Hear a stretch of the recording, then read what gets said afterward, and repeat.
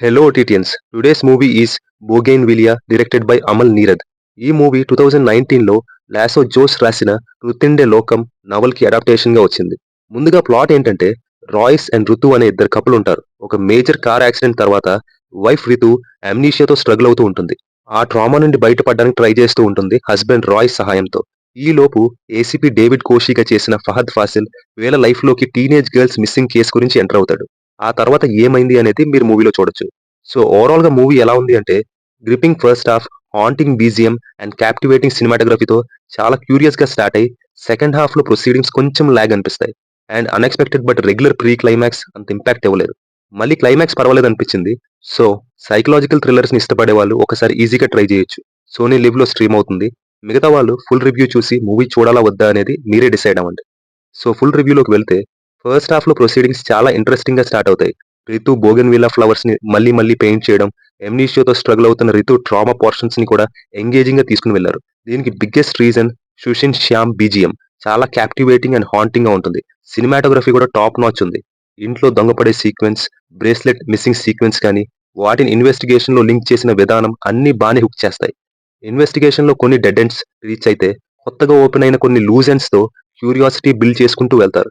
ఒక 40 మినిట్స్ తర్వాత పిల్లల గురించి ఒక షాకింగ్ ట్విస్ట్ రివీల్ చేస్తారు. అండ్ వెళ్లే కొద్ది న్యూ క్యారెక్టర్స్ యాడ్ అవుతాయి. Criminal psychologist Meera character and Ritu మరీ అన్కంట్రోలబుల్ స్టేజ్ కి వెళ్తే తీసుకుని వెళ్లే ఇంకొక సైకాలజిస్ట్.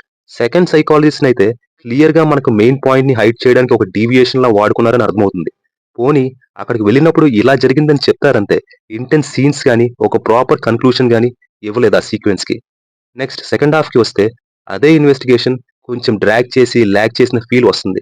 ఆ మిస్సింగ్ గర్ల్స్ కి రీజన్ కూడా ఎందుకో మనం ఏదో అనుకుంటే ఓహో ఇంతేనా అనేలా ఉంటుంది.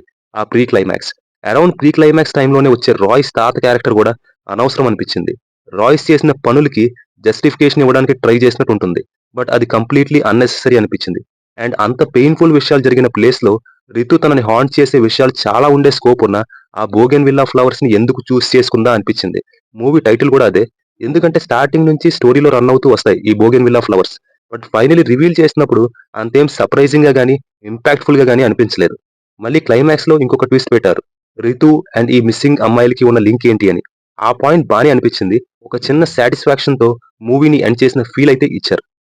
యాక్టర్స్ పర్ఫార్మెన్సెస్ కి వస్తే రితుగా చేసిన జ్యోతిర్మయ్ గారు 11 ఇయర్స్ గ్యాప్ తర్వాత రీ ఎంట్రీ ఇచ్చి అరెస్టింగ్ పర్ఫార్మెన్స్ ఇచ్చారని చెప్పాలి. రాయ్స్ గా చేసిన కుంచకో బోబన్ పర్ఫార్మెన్స్ కూడా చాలా న్యాచురల్ గా బిలీవబుల్ గా ఉంటుంది ఆ డాక్టర్ రోల్లో.